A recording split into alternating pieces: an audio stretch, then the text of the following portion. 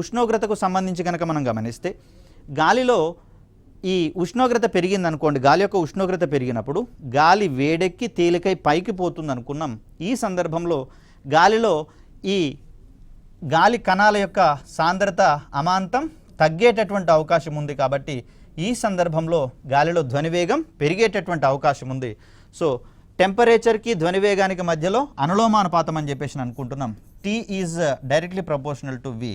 కాబట్టి ఉష్ణోగ్రత పెరిగినటువంటి సందర్భంలో మనకు ఇక్కడ ధ్వనివేగం పెరుగుతుందని, ఉష్ణోగ్రత తగ్గుతున్నటువంటి సందర్భంలో మనకు గాలి కణాల యొక్క సాంద్రత ఎక్కువగా ఉండే అవకాశం ఉంది. కాబట్టి ఈ సందర్భంలో మనము గాలిలో ధ్వనివేగం కూడా తగ్గేటటువంటి అవకాశం ఉందని చెప్తాం. కాకపోతే ఇక్కడ ఈ సందర్భంలో తేమ యొక్క ప్రభావం గనక ఎక్కువగా ఉన్నప్పుడు ఈ విలువ మారేటటువంటి అవకాశం ఉంది.